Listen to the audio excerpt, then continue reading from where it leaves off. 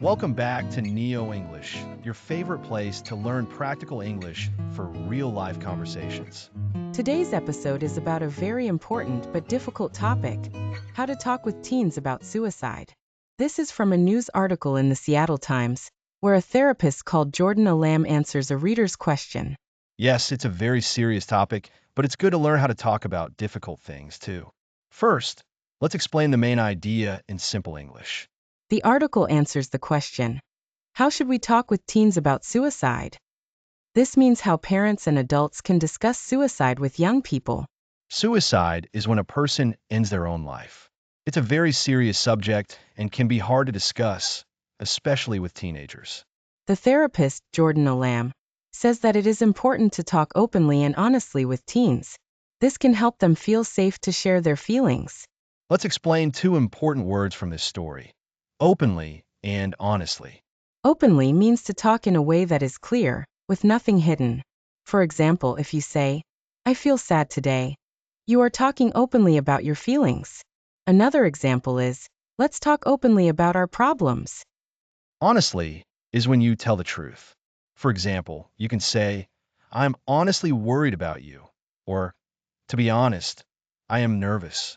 Both words are very useful for having serious conversations. The article says that sometimes people find it very hard to talk about suicide because they are scared, or they do not know what to say. Yes, there's a phrase in the article, a hard conversation to have. This means a discussion that feels uncomfortable and difficult. For example, talking about money could be a hard conversation to have. Or, telling someone bad news is a hard conversation to have. The therapist gives some advice for parents. First, listen without judging. Without judging means you don't say if something is good or bad. It just is.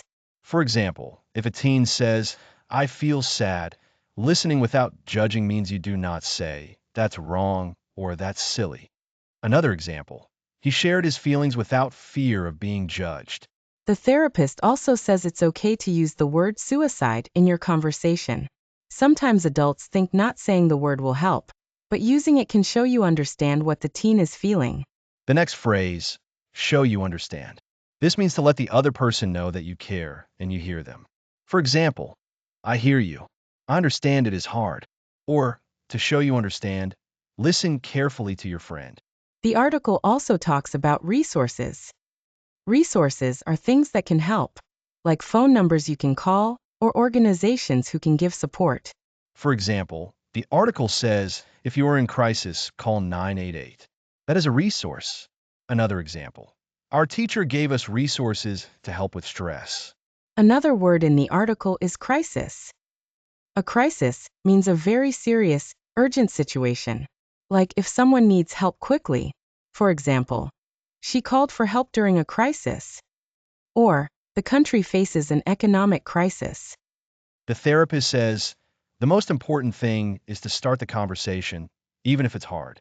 Waiting too long can make it worse. And remember, showing care, just being there for a teen, really makes a difference. Let's give a short story using the vocabulary and phrases from today. Okay. Imagine a mother and her teenage son Justin. Justin seems sad, but he doesn't want to talk. His mom feels scared, but she wants to help. One evening, his mom says, "Justin, I want to talk openly with you. I'm honestly worried about how you're feeling." Justin is quiet, but his mom listens without judging and lets him speak. She says, "If you feel too bad or in crisis, we can call someone together. There are resources that can help." Justin feels better because his mom shows she understands him. This is how to use phrases like talk openly, honestly, a hard conversation to have, without judging, show you understand, resources, and crisis. Now let's recap today's vocabulary. Talk openly. Speak clearly, share your real thoughts. Honestly, tell the truth. A hard conversation to have. A difficult topic to talk about. Listen without judging. Listen without saying it's good or bad. Show you understand. Let the person know you care and understand.